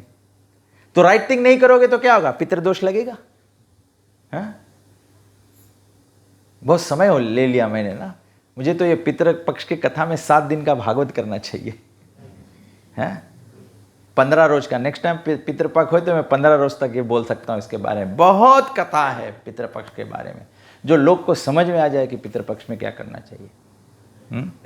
तो ये चरणामृत की महिमा है। तो बताया कि जो इस प्रकार से बताया गया भक्ति के माध्यम से, जब भक्ति का माध्यम हम लोग अर्पण करेंगे तब हमारे पितरों का उद्धार हो जाएगा। भागवत कहता है देव ऋषि भूताप्त नृणाम पितृणाम न किंकरो नायम ऋणी चराजन सर्वात्मना या शरणम शरण्यम गतो मुकुंदम परिहित करतम। भागवत कहता है कि जो व्यक्ति महाराज नीमी को करभजन ऋषि कहते हैं कि हे राजन, जो अपने संसार के कार्यों को छोड़कर और भगवान श्री मुकुंद के कमल चरणों का शरण ले लेता है, मतलब भक्त बन जाता है। जो व्यक्ति खुद ही भक्ति के पथ पे लग जाता है, जो भगवान शरणागत को शरण देने वाले हैं, वो ना ही ऐसा व्यक्ति ना ही देवताओं का ऋणी रह जाता है, ना ऋषियों का ऋणी रह जाता है, ना कोई जीव जंतु के, न परिवार के, न मित्र के, न मनुष्य समाज के, ना ही पितरों का ऋण रह जाता है उसका। तब से जो व्यक्ति भक्त बन जाए उसको अलग से पितृ करने की आवश्यकता नहीं है। क्यों आवश्यकता नहीं है? क्योंकि जब भगवान नरसिंह ने प्रहलाद महाराज को कहा, उनके हिरण्यकशिपु को मारने के बाद में बोला प्रहलाद वरदान मांग लो, तो प्रहलाद सर्वप्रथम बोले भगवान मैं कोई वरदान नहीं चाहता हूं, क्योंकि वरदान आशीर्वाद लेने से क्या होता है कि भगवान आप बोलोगे तो मेरा मन तो सांसारिक वस्तु ही मांगेगा। बोला भगवान हमें कोई वरदान नहीं चाहिए। लेकिन नरसिंह भगवान बोले तुम मेरे इतने अच्छे भक्त हो और वरदान तो मैं दूंगा ही तुमको। तो प्रहलाद बोले अगर भगवान कोई वरदान देना है तो मैं पुत्र हूं अपने पिता हिरण्यकशिपु का, भले ही मेरा पिता दानव है, पुत्र के नाते मुझे चिंतन है कि मेरा हमारे पिता का क्या गति होगा। तो नरसिंह भगवान क्या कहते हैं, 7वां स्कंद भागवत का 10वां अध्याय और 18वां श्लोक में भगवान कहते हैं श्री भगवान वाचा त्रिसप्तभि पिता पूत पितृभि सहते नगः यत्साधोस्या कुले जातो भवान वै कुल पावना। कुल पावना बोले हे प्रहलाद तुम मेरे अनन्य भक्त हो तो तुम्हारा कुल पावन हो जाएगा। कितना कुल पावन होगा? त्रिसप्तः 7 पीढ़ी 3 बार, मतलब कितना हुआ? 21 पीढ़ी तुम्हारा पावन हो जाएगा। अरे हम लोग तो 1 पीढ़ी को पिंड दान देना चाहते हैं, भगवान कहते हैं 21 पीढ़ी पावन हो जाएगा। नरसिंह भगवान कहते हैं क्योंकि तुम मेरे अनन्य भक्त हो। प्रहलाद महाराज कहते हैं भक्ति क्या है? श्रवणम कीर्तनम विष्णु स्मरणम पादसेवनम दास्यम सख्यम आत्मनिवेदनम। जो नवदा भक्ति है, जो अपने जीवन में नवदा भक्ति करता है वो भक्त है। जो भक्त है उसका 21 पीढ़ी तर जाता है। बात है खूब की नहीं? ग्रंथों के प्रमाण से नरसिंह को सब लोग मानते हैं, प्रहलाद की कथा तो सब लोग जानते हैं। फिर बताया गया है ध्रुव महाराज की कथा। ध्रुव महाराज 5 साल का बच्चा था, 6 साल का बच्चा था। सौतेली मां ने कहा पिता के गोद में नहीं बैठ सकते हो जब तक मेरे कोख से जन्म नहीं लेना। क्षत्रिय है, क्षत्रिय को बात बहुत जोर लगता है। 6 साल का ध्रुव बात को माइंड कर लिया, अपनी माता के पास गया, बोले मुझे कौन पिता से भी बड़ा राज दे सकता है? बोले भगवान विष्णु दे सकते हैं। बोले विष्णु कहाँ है, मैं मांगना चाहता हूं। बोले विष्णु तो वन में रहते हैं। क्यों? माता को भी पूरा ज्ञान नहीं था, वो जानती साधु संत सब वन में चले जाते तप करने के लिए, उनको भगवान मिलता है। 6 साल का ध्रुव चला गया भगवान के खोज में। गुरु नारद आए परीक्षा लेने के लिए, बोले अरे ध्रुव तू तो बच्चा है, जाओ राजमहल में खेलो, ये कोई उम्र नहीं है भगवान प्राप्ति कर। तो ध्रुव बोले प्लीज एक्सक्यूज मी। गुरु को निंदा नहीं किया, बोले हमें क्षमा करो, आप हमें योगदान और मार्गदर्शन नहीं दे सकता है तो हमें तो जान दो। ध्रुव महाराज के डिटर्मिनेशन से नारद प्रसन्न हो गए, तो उसके नाम दे दिया, मंत्र दे दिया, ओम नमो भगवते वासुदेव। सत्युग के बात है तो 12 अक्षर मंत्र दे दिया। ध्रुव महाराज गया, ओम नमो भगवते वासुदेवाय, ओम नमो भगवते वासुदेवाय। 6 महीने के अंदर में भगवान विष्णु आके सामने खड़े हो गए। पहले सब कुछ खाना छोड़ दिया, पत्ती खा रहा था, फिर गिरा पत्ती खा रहा था, फिर वो भी बंद कर दिया, फिर पानी पी रहा था, फिर वो भी बंद कर दिया, फिर श्वास ले रहा था, फिर श्वास भी बंद कर दिया। भगवान विष्णु 6 महीना के अंदर में आके खड़ा हो गए। आए के ध्रुव के शंख पे, सर पे शंख छुआ दी भगवान। ध्रुव जागरण अवस्था में देखे भगवान विष्णु खड़ा, बोले भगवान हम बड़ा राज मांगत रहा, लेकिन आपके दर्शन प्राप्त किया तो हमारा राज तो फूटा कांच के माफी थे, आप तो हीरा मोती है जो हमारे लगे प्रकट हो गया। फिर भगवान उसके ध्रुव लोक दिया, ध्रुव तारा दिया। ध्रुव महाराज राज किया हजारों साल तक। फिर अपने भाई का राक्षसों का मृत्यु मारा गया, फिर युद्ध करके राक्षसों को मारा। फिर भगवान आके उनको शांत किए कि तुमको ये नहीं करना चाहिए, तो वो बंद किए। फिर जीवन के अंत में वो राज छोड़कर तब ध्यान में चले गए। सत्युग की बात है तो तब ध्यान में चले गए। और जब उसको विमान आया वैकुंठ से ले जाने के लिए, तो सबसे पहले क्या देखा ध्रुव? अपने और विमान के बीच में क्या देखा? अपने और विमान के बीच में देखा कि यमराज जो है, मृत्यु जो है, वो सर झुकाए हुए, हाथ जोड़े हुए ध्रुव और विमान के बीच में अपने सर को दे रहा है कि हे ध्रुव, अपना पैर मेरे सर पे रख के विमान पे चढ़ जाओ। जो भक्त बन जाए, यमराज अपना सर उसके सामने झुका देता है कि तुम वैकुंठ के विमान में चल जाओ। जब ध्रुव वैकुंठ के विमान में बैठ गया, जैसे ही विमान उड़ने वाला था, ध्रुव को याद आया, विष्णु दूतों से कहा कि रुको रुको, मैं पुत्र हूं, मेरी माता को भी क्या गति हो, मैं उसमें योगदान देना चाहता हूं। यह विष्णु दूत लोग कहे, ध्रुव तू चिंता मत कर, क्योंकि तू भक्त है, तुम्हारी माता अगले विमान से वैकुंठ जा ही रही है। What better examples to discuss for पितृ पक्ष।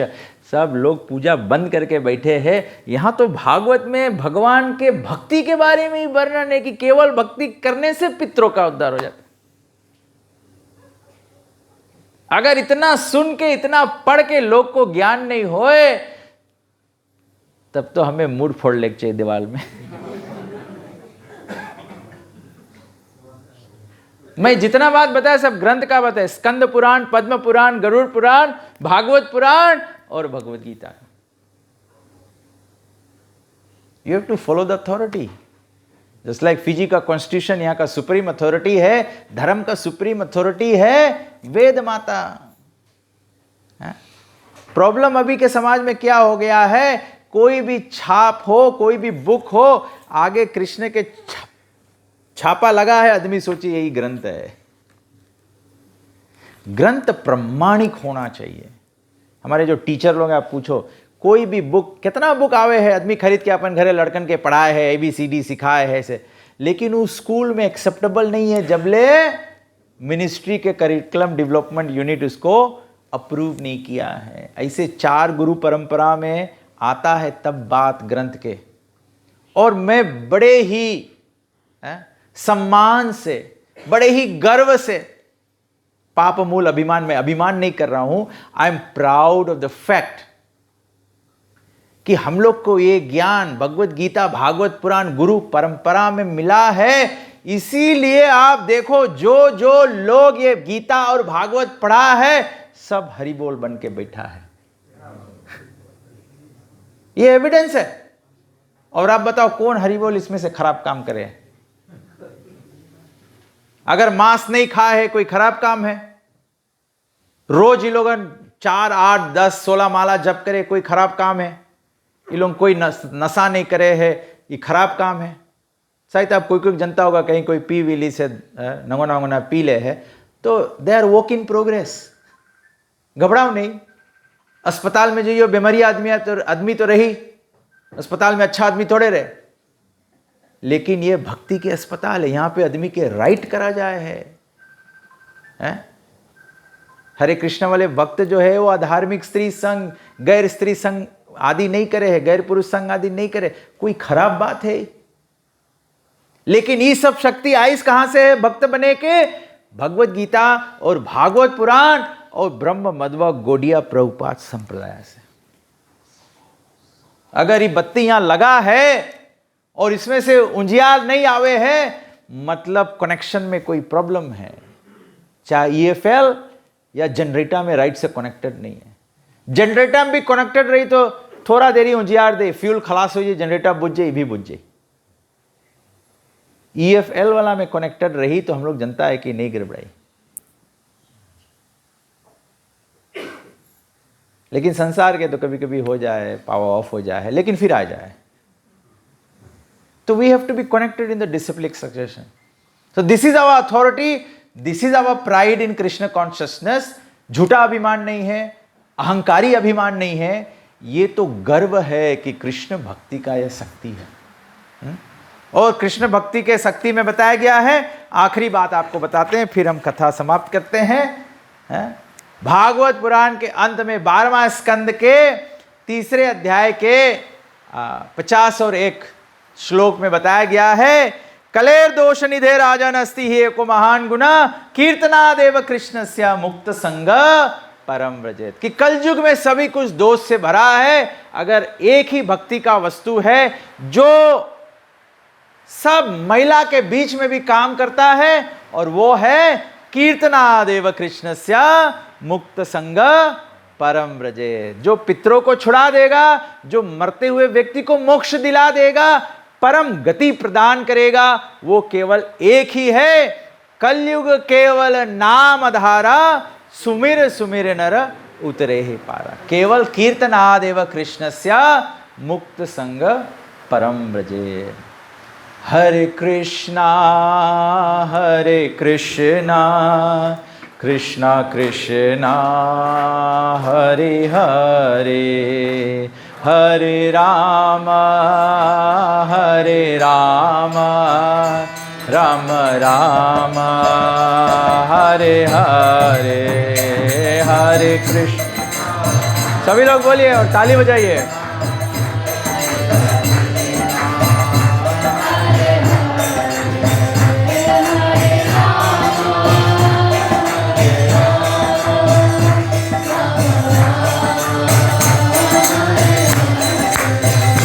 हरे कृष्णा कृष्णा कृष्णा हरे हरे, हरे राम राम राम हरे हरे।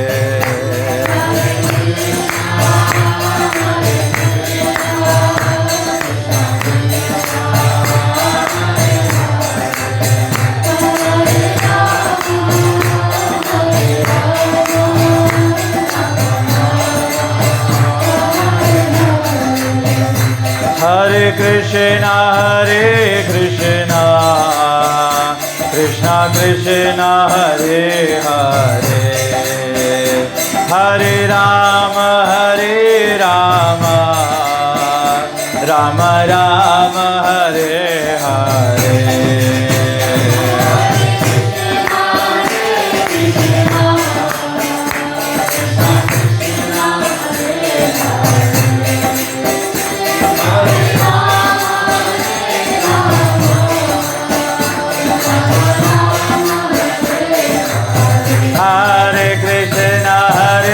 कृष्णा कृष्णा कृष्णा हरे हरे, हरे Ram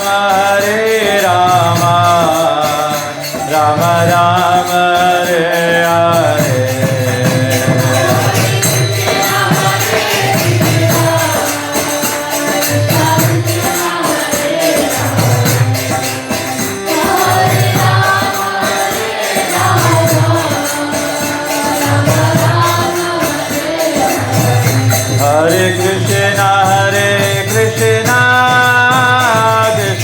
Krishna Hare Hare Hare Rama Rama Rama Hare Hare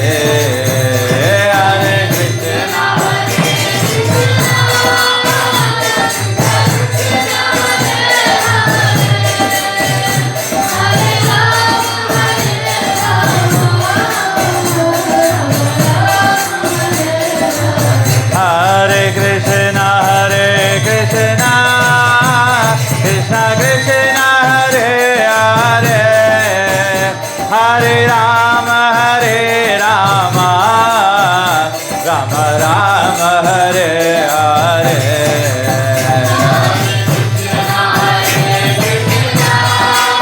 सभी लोग बोलिए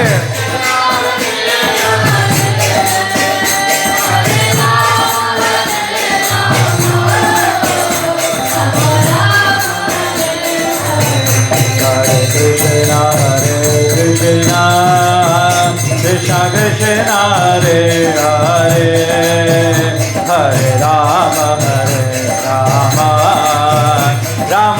Rama Hare Hare Hare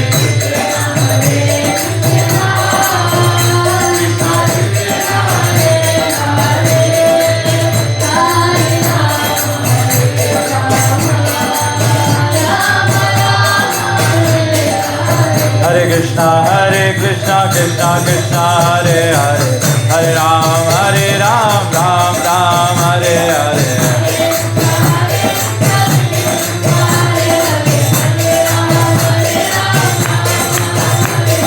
Hare Krishna Krishna Krishna Hare Hare Hare Ram Ram Ram Hare Hare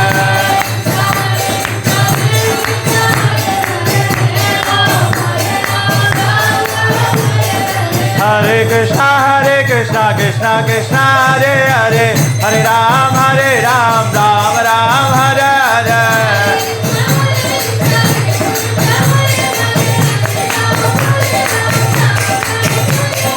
Hare Krishna Krishna Krishna Hare Hare Hare Ram Ram Ram Hare Hare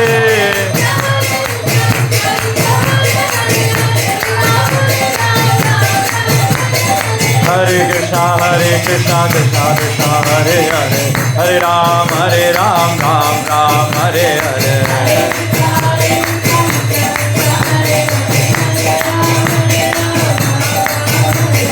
Hare Krishna Krishna Krishna Hare Hare Hare Ram Ram Ram Hare Hare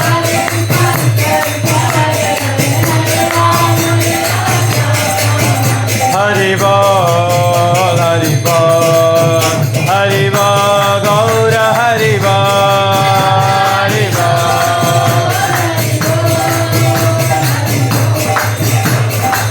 Jaya Radhe Shyam Radhe Shyam Radhe Shyam Jaya Vrindavan Dham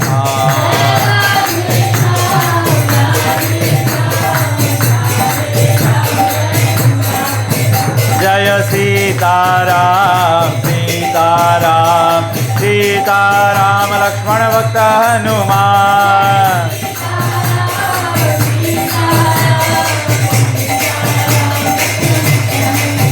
Nitai Gaur Hari Bol Hari Bol Hari Bol Gaur Hari Bol Hari Bol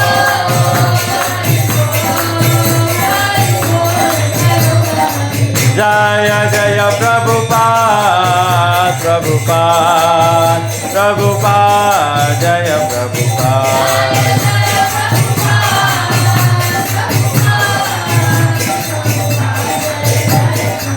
Jaya Jaya Gurudev Gurudev Gurudev Jaya Gurudev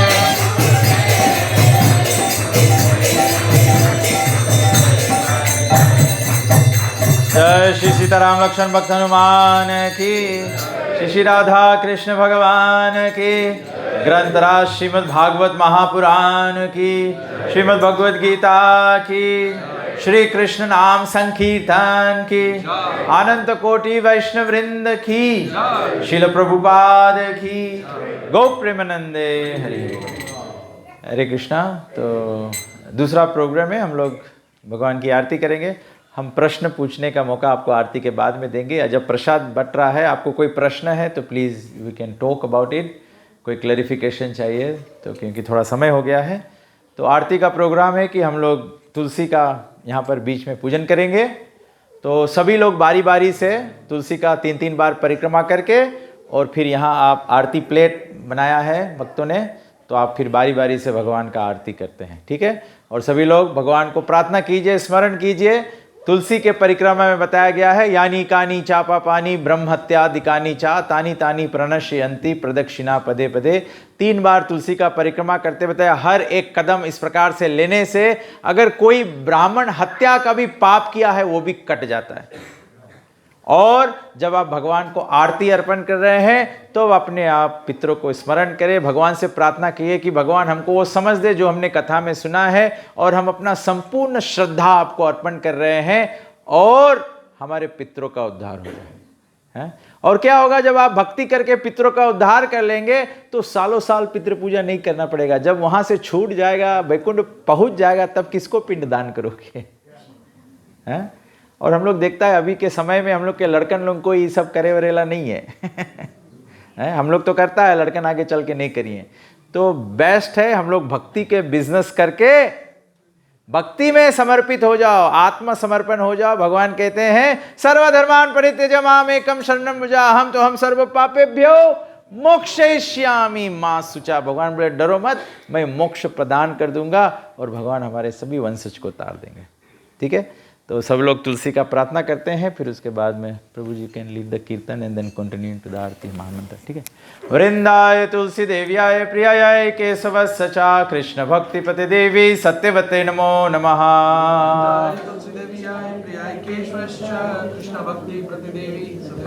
वृंदाय तुलसी देव्याय प्रियाय केशव सचा कृष्ण भक्ति पति देवी सत्यवते नमो